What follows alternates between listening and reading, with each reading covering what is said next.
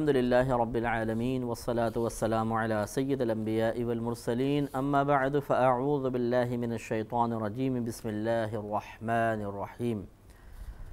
سورہ قصص کی تقریباً 88 آیات تھیں اور الحمدللہ یہ 88 آیات کی تفسیر پچھلے پروگرام میں مکمل ہوئی اور آج انشاءاللہ نئی سورۃ العنکبوت کا آغاز ہوگا اور یہ مکی صورت ہے اور اس میں تقریباً 69 آیات موجود ہیں اور یہ چونکہ مکی صورت ہے اور آپ کو معلوم ہے کہ مکی صورتوں میں اکثر مضامین جو بیان کیے گئے ہیں ان کا تعلق آخرت سے ہے، توحید سے زیادہ تر تعلق ہے، ایمانیات اس میں زیادہ بیان کی گئی ہیں، منافقین کے تذکرے، مشرکین کے تذکرے زیادہ کیے گئے ہیں، عقیدہ آخرت کو بہت زیادہ مضبوط کیا گیا ہے اور اس طرف زیادہ توجہ فرمائی گئی ہے۔ پھر مدنی آیات میں چونکہ اس وقت تک ایمان راسخ فی القلب ہو چکا تھا، لہٰذا مدنی آیات میں زیادہ تر احکام بیان کیے گئے ہیں۔ تو یہ بھی چونکہ مکی صورت ہے سورۃ العنکبوت اور اس میں بھی اللہ تبارک و تعالیٰ نے اخروی مضامین کو بہت تفصیل کے ساتھ بیان فرمایا ہے۔ تو آج انشاءاللہ اس کا آغاز کریں گے اور اس میں بہت ہی نصیحت آموز آیات ہیں، بہت ہی زیادہ محاسبے کی دعوت دینے والی آیات موجود ہیں جو قدم قدم پر ہمیں ایک سوچ، ایک فکر عطا کرتی ہیں کہ ہم تفکر کریں، غور کریں، اپنا ذاتی محاسبہ کریں اور اپنے اندر قوت و ہمت بیدار کریں۔ لہذا اللہ تعالیٰ ارشاد فرماتا ہے بسم اللہ الرحمن الرحیم الف لام میم۔ یہ آپ کو بتایا تھا کہ صورتوں کے شروع میں جو ایسے حروف ذکر کیے گئے ہیں جن کی کوئی خاص معانی نہیں ہیں انہیں حروف مقطعات کہتے ہیں، لہذا الف لام میم بھی حروف مقطعات میں سے ہے اور اس کی مراد اللہ تعالیٰ تو جانتا ہی ہے اور یہ علماء اسلام کا اس پر اتفاق ہے کہ اللہ تعالیٰ کی عطا سے نبی کریم صلی اللہ علیہ وسلم بھی ان کے معانی کو اچھی طرح جانتے ہیں۔ آگے ارشاد ہوتا ہے کہ احسب الناس، کیا لوگ یہ گمان کرتے ہیں ان یترکوا ان یقولوا آمنا وہم لا یفتنون، کہ ان لوگوں کو صرف اتنی بات پر چھوڑ دیا جائے گا کہ وہ کہیں کہ ہم ایمان لے آئے،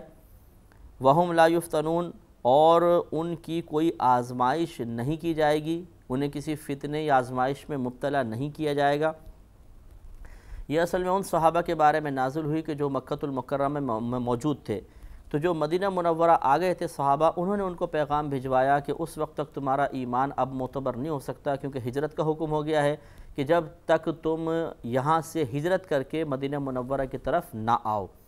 تو پھر وہ ان لوگوں نے ہجرت کی اور بہت سے لوگ ان میں سے شہید کر دیے گئے اور بہت سے بچ کر مدینہ منورہ آنے میں کامیاب ہوئے۔ تو یہ اللہ نے خطاب کر کے بیان فرمایا کہ لوگ کیا یہ گمان کرتے ہیں کہ وہ صرف اتنا کہہ لیں کہ ہم ایمان لے آئے تو کافی ہے، حالانکہ ان کو اور بھی آزمایا جائے گا۔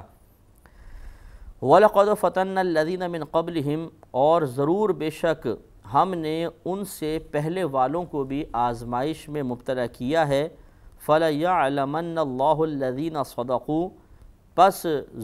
ضرور اللہ تبارک و تعالی جان لے گا، یعنی امتحان فرما کر الگ کر دے گا الَّذِينَ صَدَقُوا، ان لوگوں کو جو سچے ہیں، وَلَيَعْلَمَنَّ الْكَاذِبِينَ، اور ضرور اللہ تبارک و تعالی امتحان فرما لے گا ان کا بھی جو جھوٹے ہیں۔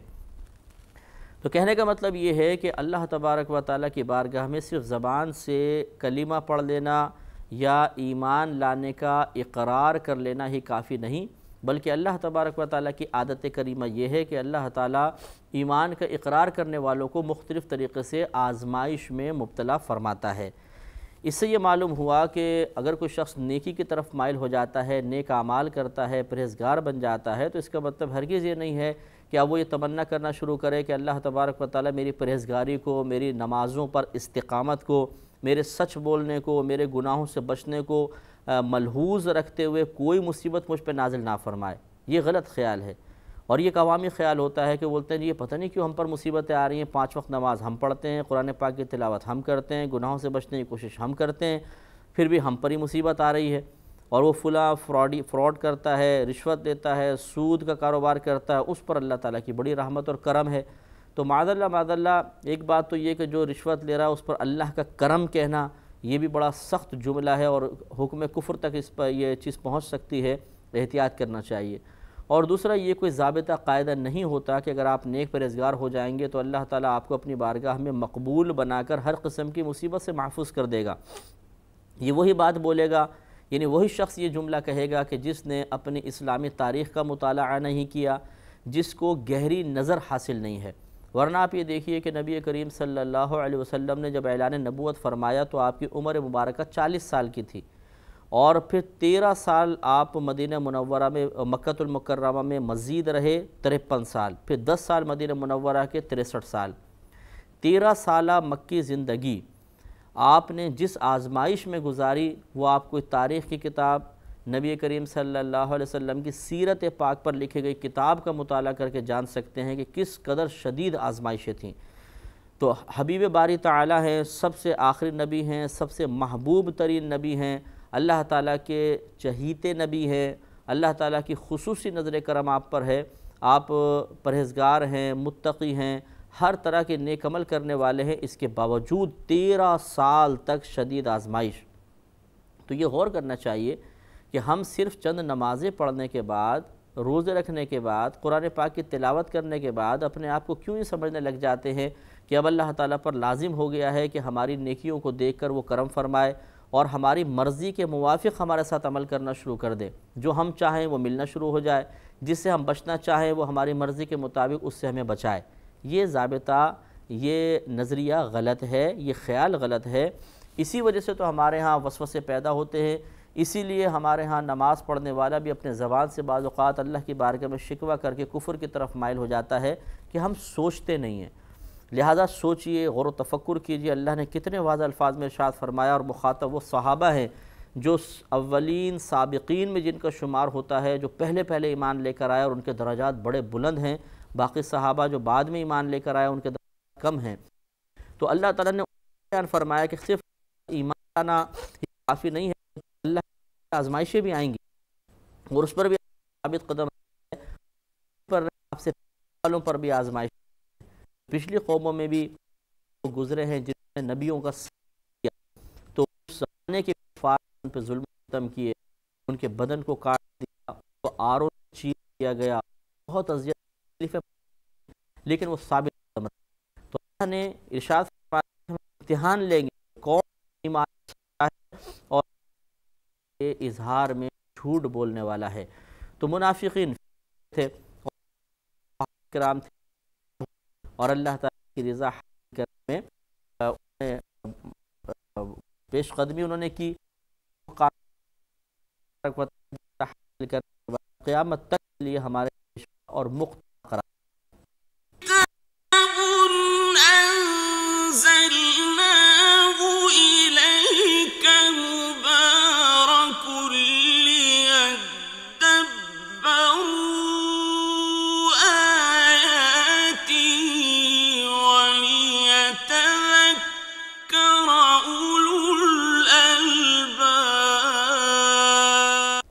لہٰذا آج کے دور میں بھی بہت سے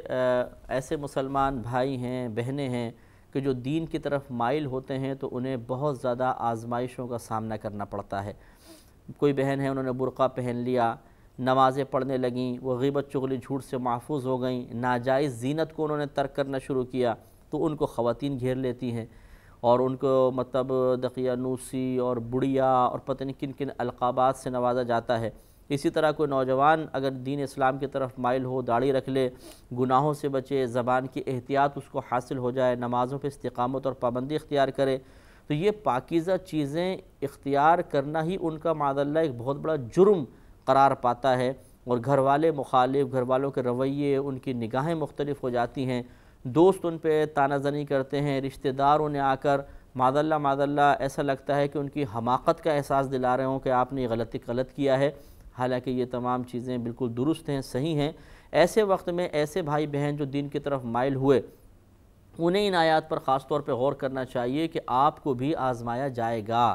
ایسا نہیں ہے کہ آپ بس دین کی طرف مائل ہوئے اور آپ نے تہیہ کیا کہ ہم گناہوں سے بچیں گے، ہم نیک اعمال کریں گے، ہم باعمل بن جائیں گے، تو سارے آپ کے قدموں کے اندر گر جائیں، کوئی آپ کا مخالف ہی نہ رہے، اللہ تعالیٰ کی طرف سے روزی میں برکت شروع ہو جائے، آپ کو کوئی پریشانی محسوس ہی نہ ہو، ایسا نہیں ہوگا، آزمائشیں آتی رہیں گی، اور ہمیں صدقو جو اللہ نے بیان فرمایا کہ اللہ تعالیٰ ضرور امتحان کر کے معلوم کرے گا، یعنی علیحدہ کر دے گا ان لوگوں کو جو سچے ہیں اور ان لوگوں کو بھی کہ جو جھوٹے ہیں۔ تو ہمیں کس میں شامل ہونا ہے یہ غور و تفکر کرنا ہوگا۔ تو جب ہم سچوں میں شامل ہونے کی کوشش کریں گے تو ضرور آزمائش کا سامنا کرنا پڑے گا، اور اس آزمائش پر پورا اترنے کا مطلب ہے، یہ اس کی مطلب علامت یا صورت یہ ہے کہ جب آپ اس طرف مائل ہو گئے تو اب استقامت کے ساتھ اس پر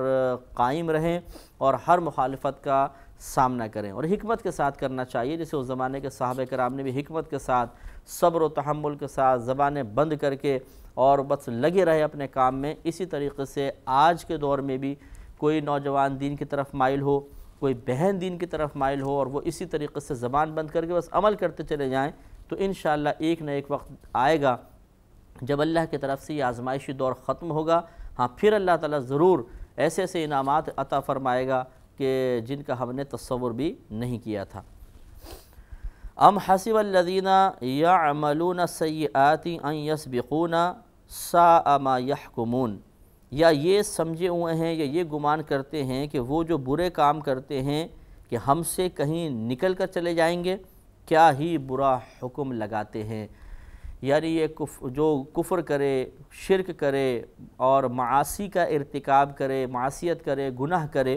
تو کیا وہ یہ گمان کرتا ہے کہ یہ جو کچھ یہ برے کام کرتے ہیں، ان برے کاموں کو کرتے کرتے ہم سے بچ کر بھی نکل جائیں گے؟ ایسا نہیں ہوگا، اللہ تعالیٰ ضرور گرفت فرمائے گا، اور یہ کیا ہی برا حکم بیان کرتے ہیں، بری بات بیان کرتے ہیں کہ شاید ہم بچ کر نکل جائیں گے، ہماری گرفت نہیں ہوگی۔ اس میں اللہ تبارک و تعالیٰ نے مشرکین، کفار اور منافقین کی مذمت بیان فرمائی، جو یہی سمجھتے تھے کہ ہم اپنی چاہے کتنی ہم برائیاں کریں لیکن اپنی ذہانت کی بنا پر ہم ہمیشہ غالب رہیں گے، اپنے مال و دولت اور اپنی اولاد اور ماتحت لوگوں کی کثرت کی بنا پر ہمیں غلبہ حاصل رہے گا۔ تو اللہ نے بیان فرمایا کہ اگر کوئی اس طرح غلط کام کرتا ہے، چاہے کتنا ہی طاقتور کیوں نہ ہو، وہ ہم سے بچ کر نہیں جا سکتا، اللہ تعالیٰ اسے ضرور مغلوب فرماتا ہے۔ من کان یرجو لقاء اللہ فإن اجل اللہ لآت، جسے اللہ تبارک و تعالیٰ سے ملنے کی امید ہو، یعنی وہ یقین رکھتا ہو کہ میں اللہ تعالیٰ سے ملوں گا، تو بے شک اللہ تبارک و تعالیٰ کی میعاد یعنی ایک اجل، ایک مدت ضرور آنے والی ہے۔ اس سے مراد قیامت ہے کہ جو اللہ تعالیٰ سے ملاقات کا یقین رکھتا ہے، یعنی کہنے کا مطلب یہ ہے کہ جو اللہ تعالیٰ سے ملاقات کا یقین رکھتا ہے وہ اس یقین کو مضبوط کر کے رکھے کہ ضرور ایک وقت ایسا آئے گا کہ اللہ تبارک و تعالیٰ سے ملاقات ہوگی۔ لہذا اس کے چونکہ اصل مخاطب صحابہ کرام ہیں تو ان کو سمجھایا جا رہا ہے کہ بالکل مایوسی کی ضرورت نہیں ہے، یہ عقیدہ صحیح ہے، درست ہے کہ اللہ تعالیٰ سے ملاقات ہوگی، ایک وقت ایسا ضرور آئے گا کہ اللہ پوری مخلوق کو وہاں پر جمع فرمائے گا، لہذا تم ثابت قدم رہو۔ وَهُوَ السَّمِيعُ الْعَلِيمُ، اور وہ اللہ تبارک و تعالیٰ سننے والا، جاننے والا ہے۔ وَمَنْ جَاهَدَ، اور جو شخص اللہ تبارک و تعالیٰ کے راہ میں کوشش کرے، فَإِنَّمَا يُجَاهِدُ لِنَفْسِهِ، تو محض وہ اپنی ذات کے لیے کوشش کرتا ہے۔ إِنَّ اللَّهَ لَغَنِيٌّ عَنِ الْعَالَمِينَ، بے شک اللہ تبارک و تعالیٰ تمام جہانوں سے بے پرواہ اور بے نیاز ہے۔ کتنے نفیس انداز میں اللہ تبارک و تعالیٰ نے بات سمجھائی کہ صحابہ کرام علیہم الرضوان جب آزمائشوں میں مبتلا کیے گئے، ثابت قدم رہے،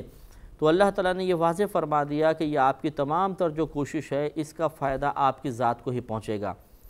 اللہ تعالیٰ اگر آپ کو آزمائش میں مبتلا کر رہا ہے، اللہ تعالیٰ اگر آپ کو عبادات کی مشقت میں مبتلا کر رہا ہے، گناہوں سے بچنے کی آزمائش میں مبتلا کر رہا ہے، تو اس میں اللہ تعالیٰ کا کوئی فائدہ پوشیدہ نہیں ہے۔ اللہ تعالیٰ تو بے نیاز ہے، وہ ہر فائدے کے حصول، ہر نقصان کے پہنچنے سے بے نیاز ہے، نہ اسے کوئی نقصان پہنچ سکتا ہے، نہ ہماری طرف سے کوئی فائدہ اس کو نفع پہنچا سکتا ہے۔ وہ تو اس کے خزانوں میں کسی چیز کی کمی نہیں ہے۔ تو یہ تمام چیزیں جو ہوتی ہیں، معاملات ہوتے ہیں، یہ ہمارے لیے ہیں۔ اگر خدا نخواستہ ہم برا عمل کرتے ہیں تو اپنی ذات کے لیے کر رہے ہیں، اگر کوئی اچھا کام کرتے ہیں اس کا فائدہ ہماری ذات کو ہی پہنچے گا۔ اللہ تعالیٰ اس سے بے نیاز ہے۔ لہٰذا یہ بات بھی یاد رکھیے، یہاں پر بڑے نفیس انداز میں یہ بات اشارہ بھی کر دیا گیا کہ قیامت تک جتنے لوگ دین پر استقامت پذیر رہیں گے وہ معاذ اللہ یہ گمان نہ کریں کہ شاید ہم اللہ پر کوئی احسان کر رہے ہیں یا دین اسلام پر کوئی احسان کر رہے ہیں، نہیں، بلکہ ہمارا کسی کے اوپر کوئی احسان نہیں، اپنی ذات پر احسان ہے۔ ہم اپنے لیے کوشش کر رہے ہیں، اپنی آخرت کے لیے کوشش کر رہے ہیں۔ لہٰذا اللہ تبارک و تعالیٰ چونکہ بے نیاز ہے، وہ اس کو کوئی اس کی پرواہ نہیں ہے کہ کون کام کرتا ہے کون نہیں کرتا، پوری کائنات کا نظام چلانے کے لیے وہ کسی بھی ذریعہ اور سبب کا محتاج نہیں۔ لہٰذا ہمیشہ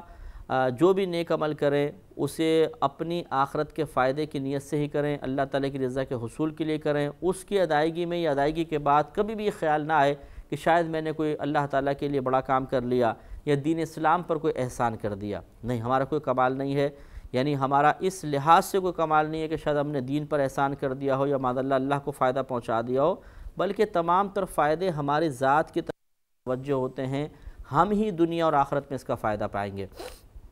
لہٰذا اس قسم کا اگر فاسد خیال کسی کے ذہن میں ہو کہ وہ کچھ نیک عمل کرنے کے بعد یہ سمجھتا ہو کہ شاید میں اللہ تعالیٰ پر کوئی احسان کر رہا ہوں یا معاذ اللہ اللہ تبارک و تعالیٰ کو میرے ان نیک اعمال کے جواب میں میرے ساتھ اچھا ہی سلوک کرنا چاہیے کیونکہ میں اس کی عبادت کر رہا ہوں، کیونکہ میں اس کے دین کی خدمت کر رہا ہوں، تو یہ معاذ اللہ غلط خیال ہے۔ اس قسم کے خیالات کو ذہن میں جگہ نہیں دینی چاہیے۔ آگے ارشاد فرمایا کہ والذین آمنوا وعملوا الصالحات، اور وہ جو ایمان لائے اور انہوں نے نیک اعمال کیے، لنکفرن عنہم سیئاتہم، ہم ضرور ان کی برائیاں ان سے دور کر دیں گے، وَلَنَجْزِيَنَّهُمْ أَحْسَنَ الَّذِي كَانُوا يَعْمَلُونَ، اور ضرور انہیں اس کام پر بدلہ دیں گے جو ان کے سب کاموں میں سے سب سے بہتر تھا۔ یعنی جتنے بھی وہ اچھے کام کیے سب کاموں میں سے بہتر نیک عمل ہوتے ہیں۔ انسان حرام کام بھی کرتا ہے، فضول کام ہوتے ہیں، مباح کام ہوتے ہیں اور نیک کام بھی ہوتے ہیں، اور نیک کام انسان کے تمام افعال میں سے سب سے بہتر ہوتے ہیں۔ یعنی یہ سمجھ لیں کہ انسان کچھ دنیاوی فائدوں کے لیے کام کرتا ہے، کچھ فضول قسم کے کام ہوتے ہیں، کچھ حرام قسم کے کام ہوتے ہیں، اور کچھ اخروی فائدے کے نیک اعمال ہوتے ہیں۔ تو یہ سب کے سب اعمال ضرور ہیں، اور ان میں سب سے بہترین عمل انسان کا نیک عمل ہے۔ تو اللہ تعالیٰ نے بیان فرمایا کہ جو ایمان لائے نیک اعمال کرے تو اس کی برائیاں مٹا دی جائیں گی، اور جو اس کے اچھے اعمال تھے اس کا ان کو بہترین بدلہ ضرور دیا جائے گا۔ اس سے معلوم ہوا، اور یہ بخاری کی روایت بھی ہے، نبی کریم صلی اللہ علیہ وسلم نے ارشاد فرمایا کہ جب کوئی شخص ایمان لے کر آتا ہے تو اسلام اس کے سابقہ تمام قصوروں کو ختم کر دیتا ہے، یعنی جتنی خطائیں غلطیاں ہوئیں سب کے سب معاف کر دی جاتی ہیں۔ تو اس لیے اللہ تعالیٰ نے صرف ایمان لانے کو ہی کافی قرار نہیں دیا، بلکہ پھر نیک عمل کو بھی قرار دیا کہ ایمان لانے سے تو پچھلے تمام گناہ معاف ہو گئے، اب ایمان لانے کے بعد بے پرواہ نہ ہو بلکہ اس کے بعد بھی نیک عمل کا سلسلہ جاری رہے۔ تو یہ وعدہ خداوندی ہے کہ اللہ تعالیٰ برائیوں کو مٹا دے گا اور ہمارے اچھے اعمال کا بدلہ عطا فرمائے گا۔ تو یہ صرف ان کے ساتھ مخصوص نہیں ہے کہ جو پہلے کافر تھے پھر مسلمان ہوں اور نیک اعمال کریں، بلکہ مسلمانوں کے لیے بھی ہے۔ نبی کریم صلی اللہ علیہ وسلم نے ارشاد فرمایا کہ اگر کوئی شخص کسی شخص سے خطا ہو جائے، گناہ ہو جائے، اور وہ اس کے فوراً بعد کوئی نیک عمل کر لے تو اللہ تبارک و تعالیٰ اس نیک عمل کی برکت سے اس کی اس خطا کو مٹا دے گا۔ تو کسی نے پوچھا یا رسول اللہ صلی اللہ علیہ وسلم کیا لا الہ الا اللہ کہنا بھی نیکی ہے؟ تو فرمایا کہ تو تمام نیکیوں کی اصل ہے، یعنی کہ کلمہ ہی نہ ہوتا تو کوئی بھی نیک عمل اللہ کی بارگاہ میں مقبول نہ ہوتا۔ لہذا خدا نہ خواستہ کبھی بھی کوئی خطا ہو جائے، فوراً اس کے بعد 10-12 دفعہ کلمہ پاک پڑھ لے تو انشاءاللہ امید ہے کہ اللہ تعالیٰ گناہ کو معاف فرما دے گا۔ اللہ تعالیٰ عمل کی توفیق عطا فرمائے۔ وآخر دعوانا ان الحمد للہ رب العالمین۔